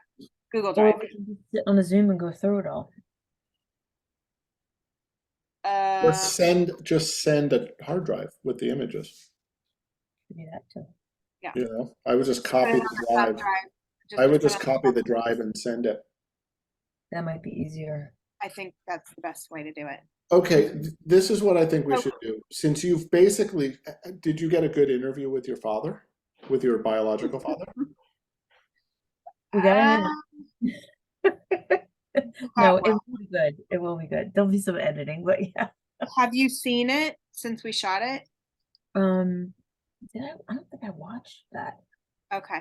I watched all the footage from the memorial and it was all great. Very good. Okay. All right. So yeah, we did get him. It that's going to require a lot of editing or really just taking out some clips of his very long. A lot of stuff is not going to be prudent to this information, to this project, I should say. Okay. So, yeah. I have an idea. I have an idea of how to help you guys. Okay. Next week, will you get Premiere, Brenda? Yeah, I just have it up in my Safari right now. Okay. Because I think I can help better with on a Mac than a PC. Okay. Not being physically present. But I think what we can do next week together, unless you guys have started to edit, I would say start to go through the footage this week and start taking notes on what's good and what you like. Okay. Just logging the footage so you know what you have. Okay. Next week, let's take one long clip and do it together. And literally, we'll take a clip and we'll start making sub-clips from the long clip that you put aside and then get rid of the stuff you don't want. And then you have a bunch of small clips of pieces that you like and you put those together and then you start to build out of that. And you'll start to see how the process works. When you have a ton of footage, it seems like you have a ton of footage and then you start cutting, and you realize, okay, I got 3 minutes of good stuff. Whereas I thought I had a half hour of good stuff. I really have 3 good minutes. And now I got to figure out, all right, from this 3-minute interview, what images can go along with this 3-minute interview? And don't worry about like it being smooth or perfect. Just first is like, let's just get the raw footage to what we like. I think his interview is still on here. I don't think I uploaded it. Okay. But I think the first thing to do is, without me, is go through the footage, just write down what even it is, you know, mark it, go, oh, I like that at 20 minutes and 30 seconds. He said blah, blah, blah, blah, for everything. And then next week we'll together actually do some of the work of doing that. Next week is July 4th. Oh yeah. What do you guys think about doing it on Wednesday instead of Tuesday? Or Monday instead of Tuesday? Let me see. Wait, we're not having class next Tuesday? It's 4th of July. Oh, right. I mean, Priya, you can do it. Are you going to be away for your anniversary? Yeah. I can do the 5th, Wednesday. What about you, Supriya? Does the 5th work instead of the 4th? That Wednesday? Yeah, probably. I get off of work at 5, so like I'd need to leave early, but I can probably figure it out. Should we try to do it a little later? It makes it late for Kelly, but I don't Oh, know. Yeah. Well, 11 anyway, it doesn't matter. Oh, okay. So if you need to do, 8 o'clock my time, whatever, that's fine. I don't care. Should we try and do that so you don't have to get off work quite so early? Yeah. So then what time would that be? 5 our time? Mm-hmm. Okay. Are you far from work? I mean, are you like A little, but if I just leave like half an hour early, I should be fine. Will they be, do you mind? Is it okay? I hate to take you away from work. No. I had to leave early anyway today. Oh, okay. So, yeah, I can do 4. I just need to negotiate, like, with boss. Okay. If later time works for everybody out there, I don't care. It's fine with me. I'm up till 11 every day anyway. So if we need to push everything a half an hour, if that helps you that's fine. Okay. I don't mind, but yeah, the Wednesday should work for next week. Okay, I'll check in a couple days just to sort that out. I didn't. so next week, Wednesday, we're gonna push it back an hour. Is that what we're doing? Starting at 5, right? Probably, unless Supriya, yeah, let's say yes, unless something changes. But we'll say yes, but we'll confirm it over the weekend. Okay. Thank you guys. For you, Supriya, what I wanna see so next week you should be basically, how long do you think it'll take to shoot everything? I'm planning on, because next week is the week before I leave for vacation, and that time I'm gonna be editing. Like while I'm on vacation, I'll just like edit in my free time. Okay. So next week I'm gonna finish all the filming, and most of it's at night. So that's what I've been talking about with my sister just now. Next Monday I have access to my school, I think. I'm gonna be able to get into my school, so I'll be shooting in the afternoon then, and then we'll be doing nights, like, so it'll probably just take like 2 nights, maybe 1, depending on the locations. One of the locations might be 40 minutes out, but I What don't is know. that location? Like kind of in like the farmland area. I have a friend who like lives like in the country like area where there's a lot of farms, so I thought that could be a cool location. Okay. And do you have, because your project's pretty ambitious with the colors and the outfits and all of that stuff, do you have all the wardrobe that you need kind of picked out and set aside? Yeah, I kind of was thinking about shooting this film like based off of what I had. So all my ideas were based off of like, oh, I don't want to be buying a whole bunch of like new stuff. Mm-hmm. So I think I'll probably just buy like the monthly like fee thing for like the Adobe like Lightroom and the Premiere thing, so I can just have all of that when like to edit and stuff, because I don't want to buy like lighting and stuff when I can just like. No, I don't think you need to do that. Yeah, and I have like, I don't know, I've been like practicing like using like my camera, and I got a Digi like Osmo thing, like where you like carry it and it like moves with your phone, so like that is gonna be really helpful. Like a steady cam kind of thing, like a gimbal that like it's on like Oh a yeah, it's a swivel. gimbal. It's a gimbal, okay. Yeah. Whoa, cool. Yeah. So we'll be using that. So who's shooting this, by the way? My older sister. Great. And you trust your older sister as a photographer? Yeah, she took like she did a whole bunch of photography. She actually like she was teaching me about like photography stuff. Awesome. So we might also use her camera. Okay. But yeah. Okay, because next week, so you might even have shot something by the time we see you next week. Yeah, I'll have shot a decent amount. Is there a way you can show us a little bit of the storyboards? Yes. I have it like and can you send me all the storyboards as much as you can before you shoot? Yeah. Yeah. So I could kind of weigh in a little bit and say like, something, you know? Yeah. Okay. Just to preface, I am like way better of an artist than what this seems like. No, this But doesn't have to be whoa, that's nice. Are you kidding? no, No, it's this like, is good. These are nice. These are good.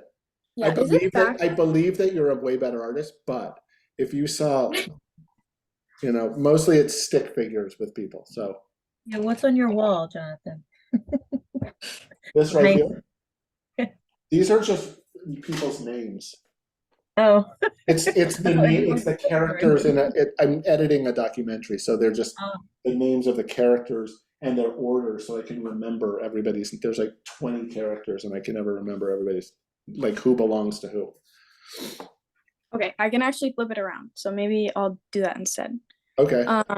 Okay, so this is the first scene. Mm-hmm. I have a couple shots in mind. I don't know if I'm going to use this one, but it might be. And the transition, I actually edited the transition just now with like some Fox like images. Like I just like filmed something without like being in the car, and then I practiced what the transition would look like. So it'll look like me turning my head with like the blinker going, and it ends up with me on my bed while I'm turning. Okay, so so basically, the first shot is a frontal shot of you driving. Yes. How are you going to shoot that, by the way? We'll probably just like the camera will be, she'll be sitting in the passenger seat. She'll sort of have her arm extended in front of you. You'll see the dashboard sort of in front of you. She's just gonna. And then maybe a cut to, is that a video in the second shot? A cut, yeah, to like the whatever the little screen thing that I have in my car that like shows what's playing. Right, with maybe the title of your song. Yes. Okay. And then like I might like turn up the volume with it like in the scene. Nice. Okay. And then it goes into scene 2, which so wait, that head turning scene, can you just go back one? Yes. This is, I do the transition and then the actual scene of what it is after. But so what the transition is basically just the same shot of the driving, or is it a close up and then your head moves in close up? The shot stays the same. So it's like it looks like this. Okay. But I'm going to be turning my head and then it'll turn. Got it. Okay. There. And then that leads into this, which is right there. And like I had to play around with like which way the camera was going to be, because it looked kind of weird if I did it like this way instead of this way. But you mean vertical versus horizontal? Yeah. I would advise always, I mean, I've said this before, but I would advise horizontal just because of the editing, but it's totally up to you. You can do it however feels, whatever expressive to what you want to do. I just don't know how images look vertical when you put them into the program and then you export it. You see the borders, you know what I mean? When you see a vertical image, like in a thing, you see like big borders on the right and the left. That's my fear. I played around with it. I can show you what I ended up with. Okay. It's like really fast. But I just did this on iMovie because I just wanted to see what it would look like. Okay. It's really fast.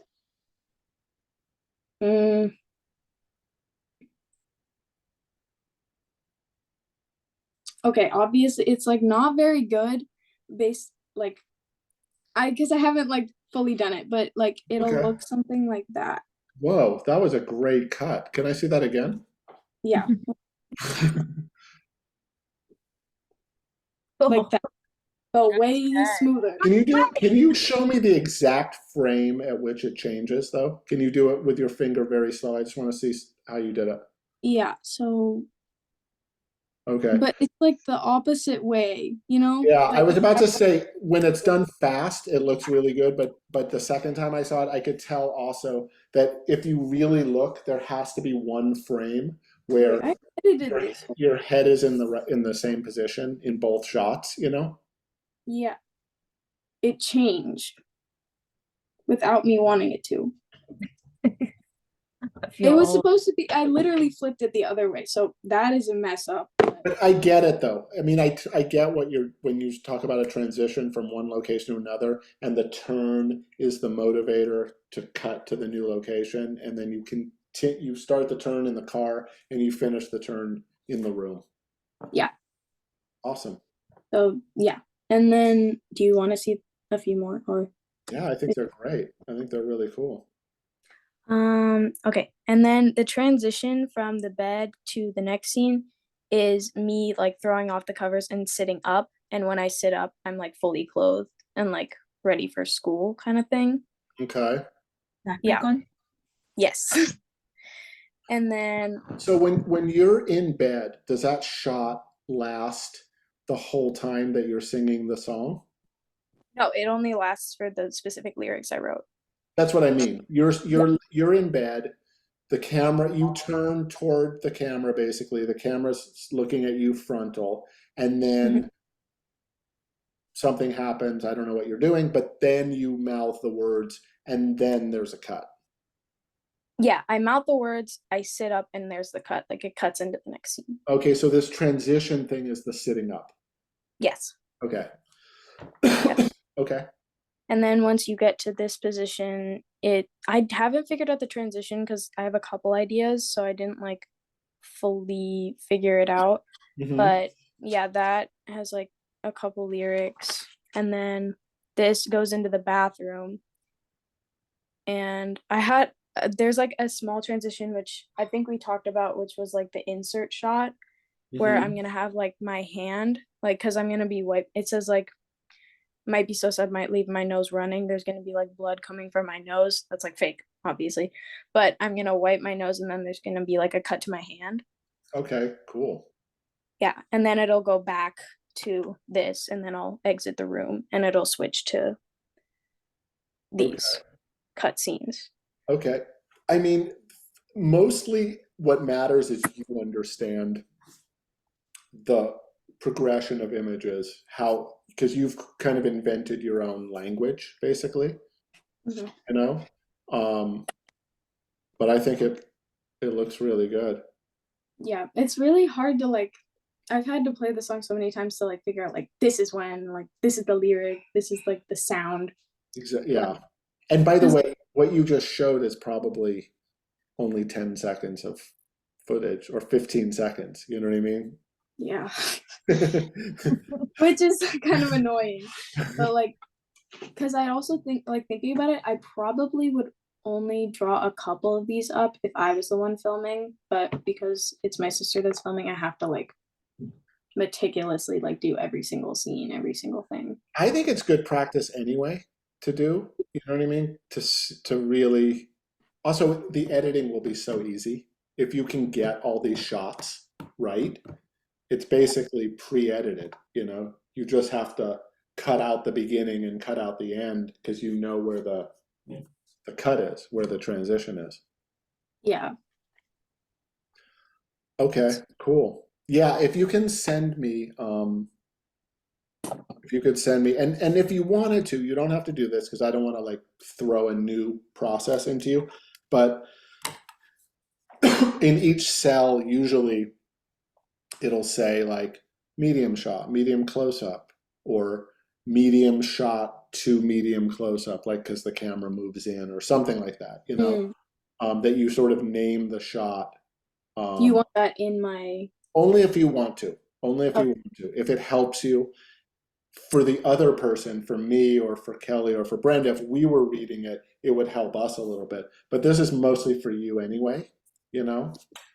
So I think the main thing is to just keep going in the way that feels like what your vision is. And when I send the videos in, do you want them, is it okay if they're unedited? Because I don't think I'm gonna get to that. When? Which videos? When I shoot before our next like class. Oh yeah, no, you don't have to be edited at all. Really, really. So next class, if you shoot next class, you're like ahead of the game. Ideally, the next class after that, everyone has like a rough cut that we can see. I know that's going to be a lot for Kelly and Brenda to have a rough cut, but if you could sort of have some progression of an order so that we can watch the rough cut. It's edited but not perfect. It's rough. So that I then think we're on a time crunch, so, but we can always decide after the 5th week if we want to wait 2 more weeks for the last class. I don't want to give that option yet because I've done that in the past where I'm like, I know it's unrealistic that the editing takes much longer, and to delay a week, you know. But let's cross that bridge later. But yeah, so next week is really just like preparing for the shooting, but you're going to shoot. Brenda and Kelly have already shot. The week after that, you're editing the whole time. We'll show what we have, a rough, full thing, talk about it, see what's working, see what's not working, and then the last class is like the finished version.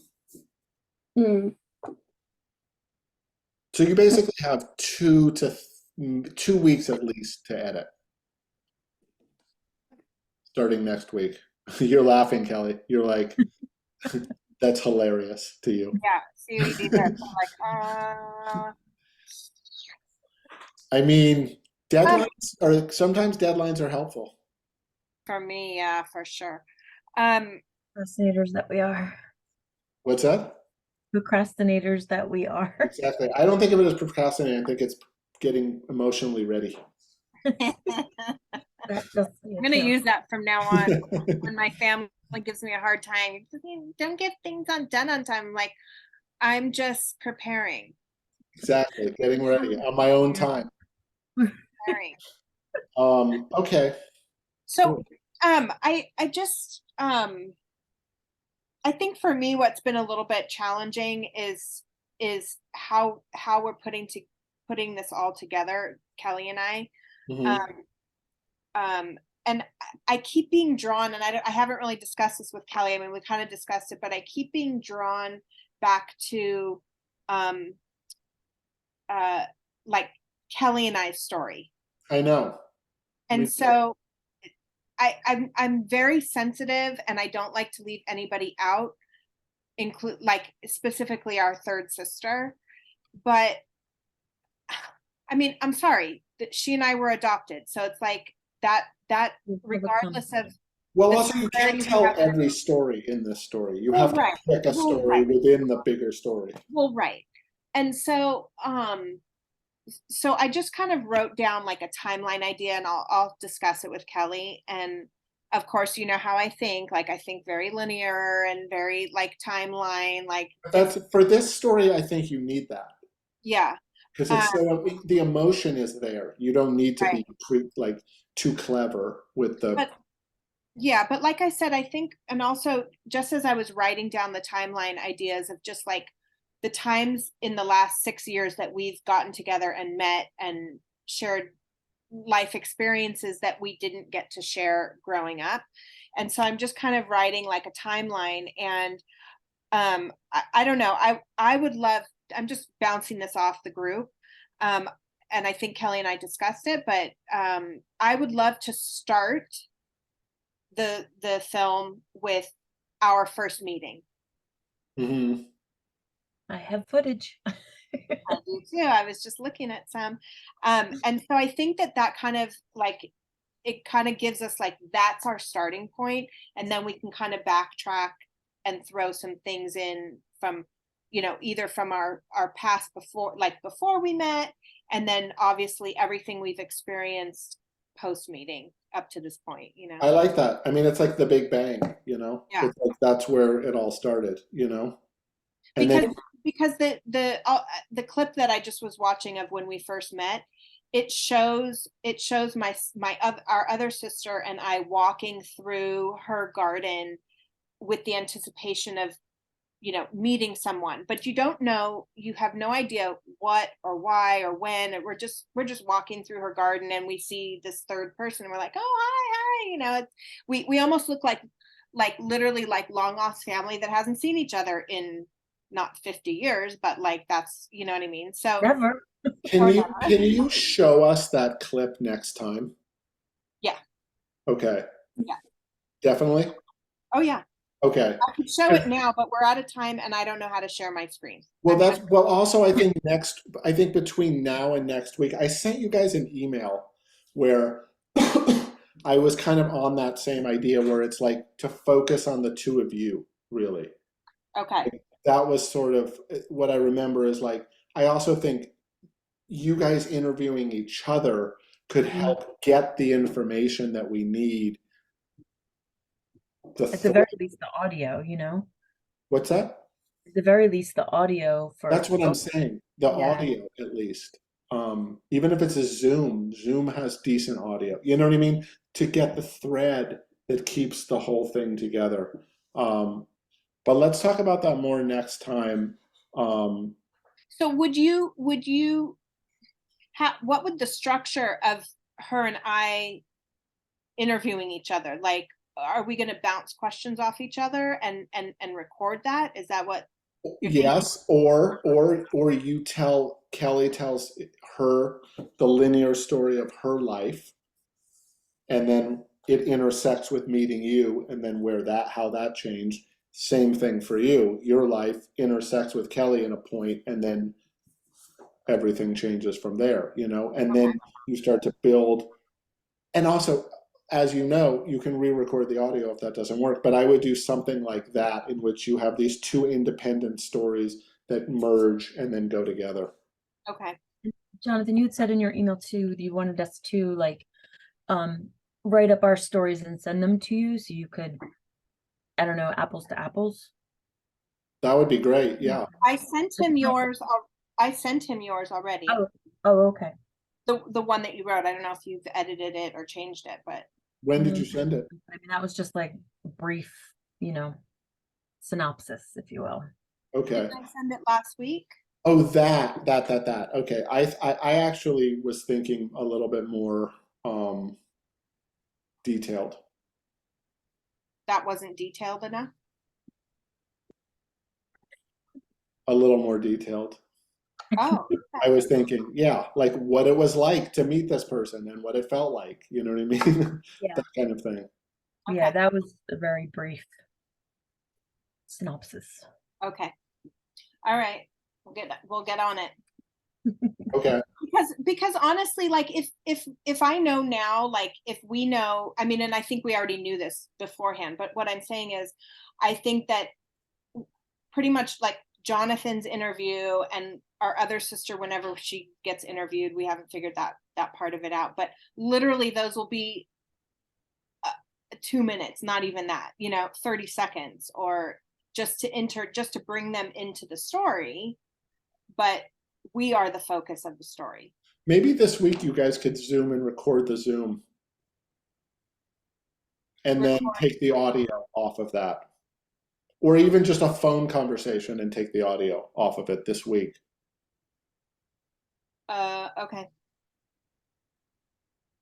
Now, I guess I was having like kind of not a nightmare, but I was having like oh my God. So, I mean, if we wrote down our story and then are we just reading our story, or we obviously you want? I think it comes more naturally if it's a conversation. Yeah. Yeah. Okay.